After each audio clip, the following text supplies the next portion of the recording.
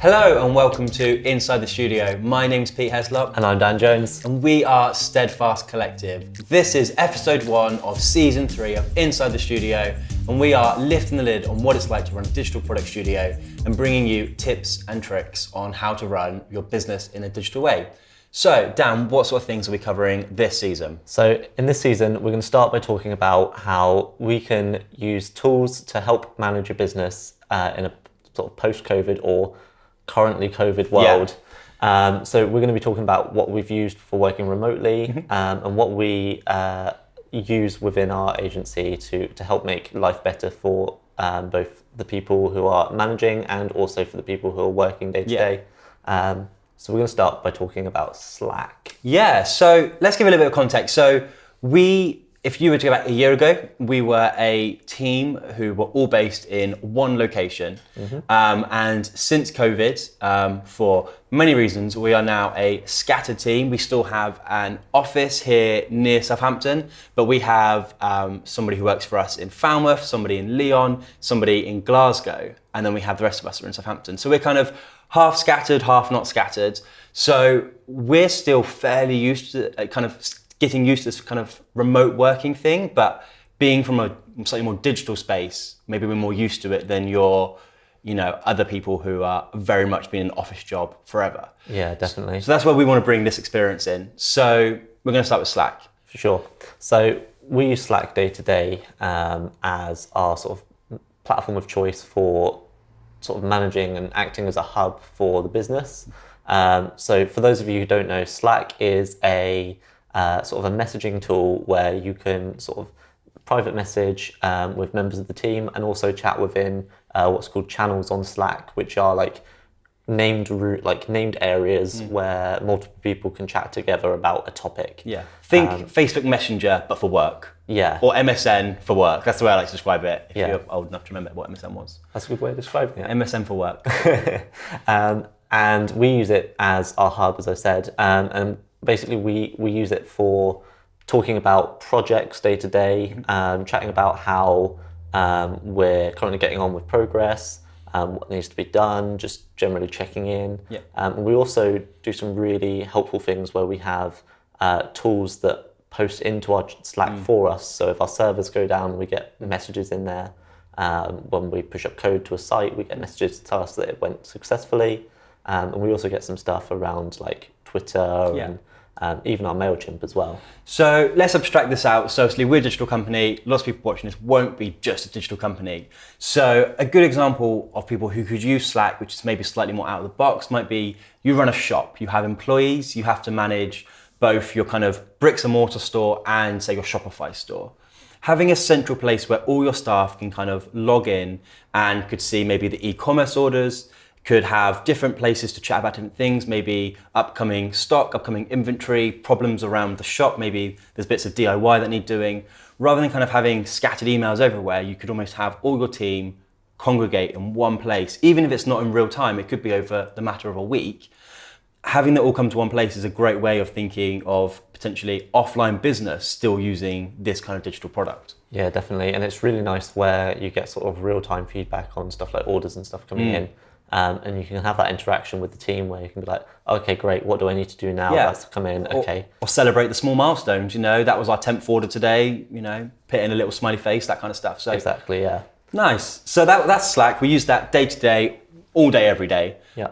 And we just want to say right now that if you are using WhatsApp to run your business, please stop. Please pick up something like Slack, Microsoft Teams, something along those lines, because in our opinion and in our experience, using something like iMessage or WhatsApp to run your business with your team members is just really negative towards their mental health. They can't turn it off. If your pictures of your kids and your family are being mixed in with work reports and stuff, that's no fun for anybody. But also it just gives great segmentation for when someone goes home, they can choose whether they want to open Slack or not, where iMessage is probably where, dinner requests are coming through, that kind of stuff. So in our opinion, you should always have those things segmented. Definitely. And the really nice thing with Slack is because it's sort of a separate application, you can turn off those notifications within like after 5 o'clock, for example, if you don't just want to have any business stuff going on in your like personal time, and it just means that you can turn off from work and not have that in your life all the time. So yeah, definitely consider switching. Yeah. So what are we talking about next, Pete? Discord. So we use Discord in quite an unconventional method. So Discord is primarily for gamers and communities to come together and talk real time. Similar to Slack, but it's slightly more focused on open communities and video and kind of live chat, live kind of audio chat. Yeah. We use it because we found when we all went remote, like on day one of the COVID kind of lockdowns, that we needed a quick way we could instantly all jump into one space in a slightly more casual way rather than just like, I'm going to ring you all. And Zoom was kind of doing half the job, but ultimately it wasn't quite fulfilling the need. And the beauty of having a Discord voice channel means you can literally just pop in something like Slack and be like, when you're ready, let's meet in Discord, and people can kind of come and go as they like. And essentially it's an open telephone line between everybody there. Yeah, I think it's really important that we have both, because Slack feels sort of really business focused, and yeah, you can have like private messages and stuff on there, but it feels really like more focused on the day-to-day and getting stuff done. Whereas Discord we treat very differently, and we use it very much as like almost like a water cooler, where you can sort of congregate together, and you don't even have to really be like talking about anything in particular. Yeah. But you can just jump in a voice channel with people, and if you're working remotely, it's nice just to be able to spend sort of time almost just in the atmosphere of having other people around. Yeah. Where you don't really get that if you're just sat at your desk with just Slack open. Exactly. And I think that was one of the missing things, I think, for us when we went into lockdown that really helped sort of just make it feel more connected back to the company again. It's also exhausting trying to work out whether you're going to call that person in using your telephone or using Zoom or using Google Hangouts, and it's just exhausting. So we just picked one, and we do all of our internal kind of like video and chat through that. Also, like the Discord like audio calls are really quite good. Like they don't make your computer lag or anything as well. Whereas I found with Slack it was really heavy. It's quite heavy, yeah. So that's another nice plus side of it as well for jumping in and out. So talking of heavy and light tools, we use Trello. So why don't you run us through how we use Trello? Yeah, so Trello we use primarily for project management, and we use it as our sort of tool to give an overview of where a project is currently at. So it's almost like a bird's eye view of where the project is at. For those of you who don't know, Trello is basically like a website where you get like lists, and then you can write like little cards, and you can basically move those cards across from list to list, which is really powerful. So for example, you could have something like a to-do, doing, done list, which is basically what most of our lists are.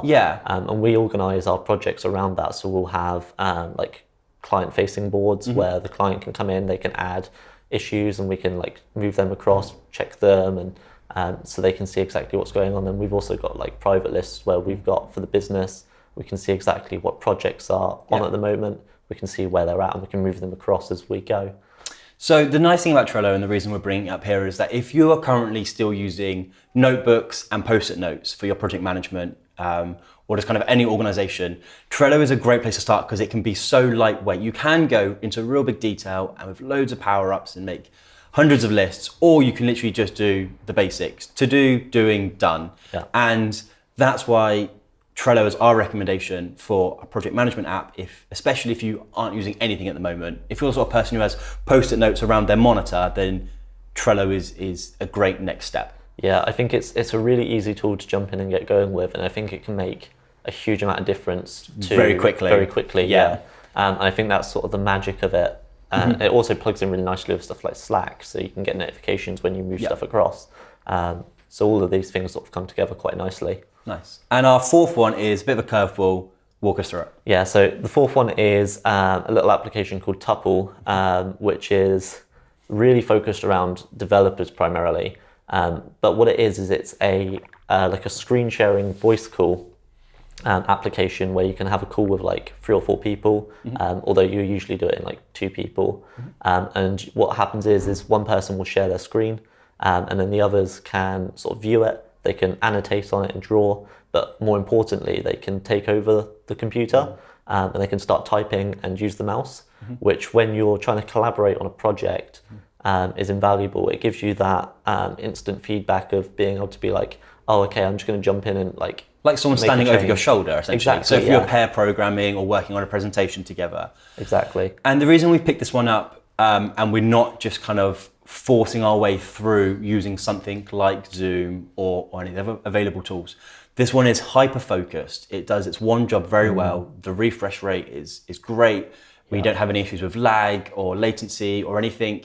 Kind of, it's very reliable. Yeah. And for us, spending that small amount of money for a very hyper-focused thing, which if it wasn't doing its job properly would be incredibly frustrating. Yeah. Because when you're trying to move someone's mouse, if there was lag, you just give up. Yeah. And it's kind of taken that friction away from what is already can be quite a time-consuming kind of time together. So we're trying to get through as quick as we can. Yeah, I think it works so well because it's so smooth. It's almost like looking directly at someone's screen and just using their mouse and keyboard. It feels instant. Yeah. The quality is really, really good. Yeah. And it's reliable. Nice. And I think that's what makes it so great. Nice. So what we'll do is in the video description, we'll pop all the links down to these things. Yeah. But ultimately, we've got Slack for kind of your internal communications. We're using Discord for live chat and kind of having voice channels so we can talk more freely. We're using Trello for our project management, and it's a great place to get started. And then we're using TUPLE for kind of pair programming and that real intensive pairing of projects. Yeah, exactly that. Anytime you need to collaborate and work on something together, and it could be that you're working on even something like a PowerPoint or even like a Word document or something, you can both jump in and start typing, and it's great for that as well. Nice. Well, we really hope you enjoyed this episode of Inside the Studio. It's great to be back for season 3. We really hope you did enjoy it. And we're going to be back next Tuesday with another episode. In the meantime, if you have any tools you think that we should check out, then do let us know them. Reach out. You can reach out via Twitter, steadfast_UK. And you can subscribe in the normal places, whether you get your normal podcasts or on YouTube. Yeah. Fab. Excellent. We'll see you next week. See you soon. Cheers.